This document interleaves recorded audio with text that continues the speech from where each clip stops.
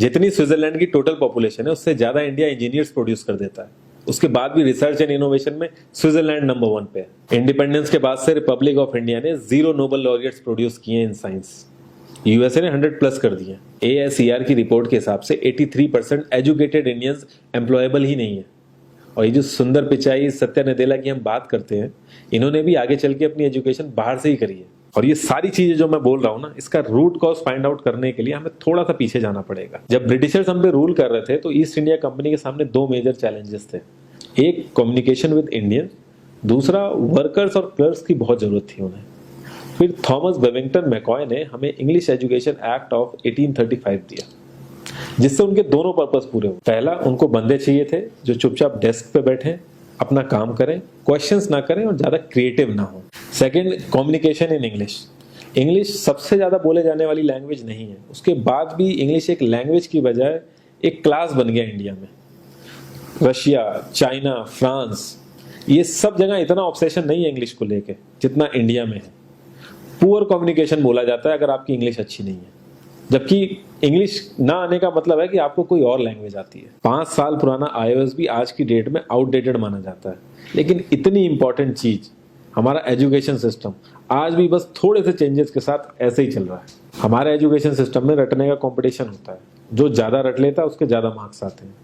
अब 95% जिसके संस्कृत में आए हैं वो भी संस्कृत नहीं बोल पा रहा है। और बेसिक हिस्ट्री होने की बजाय इतनी मोटी मोटी किताबें हैं हिस्ट्री की जिसका कोई मतलब नहीं है। अगर आज की डेट में आपको कुछ भी पता करना, आप गूगल से पता कर लोगे, उसके लिए आपको याद करने की जरूरत नहीं है इतना कुछ। और ये गवर्नमेंट स्कूल में हर क्लास में इंग्लिश का सब्जेक्ट है।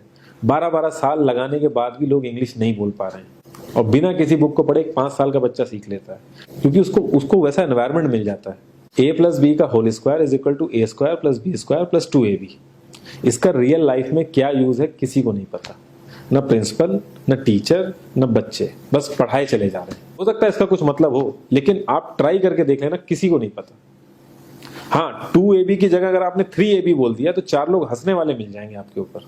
किंडरगार्टन में जो बच्चों को सिखाने के लिए टेक्निक यूज होती है वो लाख गुना अच्छी है कॉलेज की वो रटने वाली टेक्निक से। और जिन बच्चों के बहुत ज्यादा नंबर आते हैं ना, जो वो छुपा छुपा के एग्जाम में लिखते हैं, आप देखोगे जब वो रियल लाइफ में जाते हैं ना तो ज्यादातर क्रम्बल करते हैं वो। हर किसी को सेम सिलेबस और सेम चीज सिखाई जाती है बिना उसकी कैपेबिलिटी देखे। और क्रिएटिविटी का तो दूर दूर तक मतलब नहीं होता।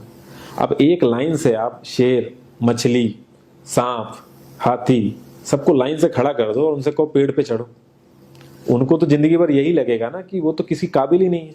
और द्रोणाचार्य ने भी पांडवों को उनकी स्किल सेट के हिसाब से उनको चीजें सिखाई, सबको एक ही चीज नहीं सिखा दी। और हमारे एजुकेशन सिस्टम में ज्यादा ऑप्शंस भी नहीं है। सबसे ऊपर साइंस, फिर कॉमर्स, और सबसे नीचे जाके कहीं नंबर आता है आर्ट्स का। आर्ट्स लेने वाले को तो लोग इतना हल्के में लेते हैं जैसे वो किसी काम का ही नहीं है। हर माँ बाप को तो इंजीनियर या डॉक्टर ही बनाना है। कॉलेज वाले अगर एक्स्ट्रा कोर्स रख भी देते हैं तो माँ बाप एंट्री नहीं कराएंगे, तो वो सारा पैसा बर्बाद होगा कॉलेज का। तो ऑप्शंस कहाँ से आएंगे? और बचपन से ही आपकी ट्रेनिंग स्टार्ट हो जाती है। माँ बाप, भाई बहन, रिलेटिव सब यही समझाते हैं अगर आपके मार्क्स नहीं आए और जॉब नहीं लगी तो आपकी जिंदगी बेकार। और लाइफ की क्रिएटिविटी को आप रखते हो साइड में, और ये अच्छे मार्क्स और अच्छी जॉब पाना आपका सपना बन जाता है। अब ये सपना पूरा हो जाता है तो बहुत बढ़िया है, दूसरे को जेलस फील कराओगे, नीचा फील कराओगे। और इस छोटी सी उम्र में अगर सपना टूट जाता है तो सेल्फ डाउट में आ जाओगे।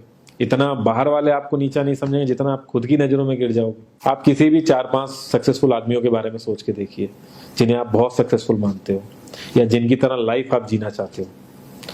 मैं ये कह सकता हूं कि वो इस एजुकेशन सिस्टम की वजह से तो सक्सेसफुल नहीं होंगे, चाहे वो जो भी हो।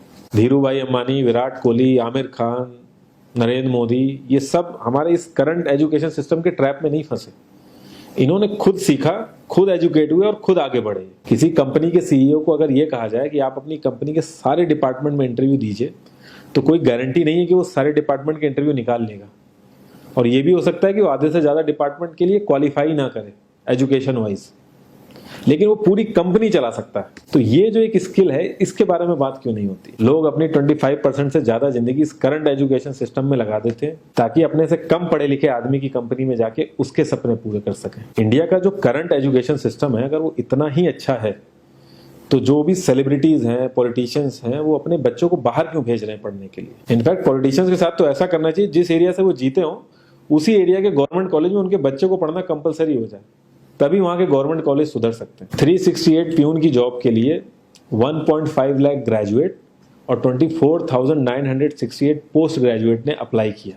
मैं IAS PCS की तो बात नहीं करता हूँ, वो तो एक पैशन की बात होती है, लेकिन कुछ लोग 5-5, 6-6 साल से तैयारी कर रहे हैं कि कोई भी गवर्नमेंट जॉब मिल जाए उन्हें। उनसे पूछोगे क्यों ऐसे इतने टाइम से लगे हुए हो, तो वो एक ही चीज़ बोलेंगे कि जॉब सिक्योर है। मतलब आप काम नहीं भी करोगे तो आपको निकाला नहीं जाएगा। ये सारी कामचोरी वाली बातें माइंड में इसीलिए आती हैं क्योंकि हमारा जो करंट एजुकेशन सिस्टम है वो इतना कॉन्फिडेंस ही नहीं देता है कि हम अपनी स्किल के दम पे कहीं जाके काम करें और हमें निकलने का डर ना हो। मैं आने वाले 10 साल की तो बात ही नहीं कर रहा हूँ, अगर मैं आने वाले 5 साल की भी बात करूँ तो टेक्नोलॉजीज में इतना ज़्यादा चेंजेस आ जाएगा कि जो आज हम पढ़ रहे हैं, जिस स्किल पे हम फोकस कर रहे हैं, पता नहीं वो रेलेवेंट भी होगी कि नहीं उस समय। Cloud computing, SEO, digital marketing, ये सब जॉब्स पहले एग्जिस्ट ही नहीं करती थी। हम लोगों को एजाइल होना पड़ेगा, नई नई चीज़ों को सीखने के लिए ओपन रहना पड़ेगा, क्रिएटिव माइंड लगाना पड़ेगा।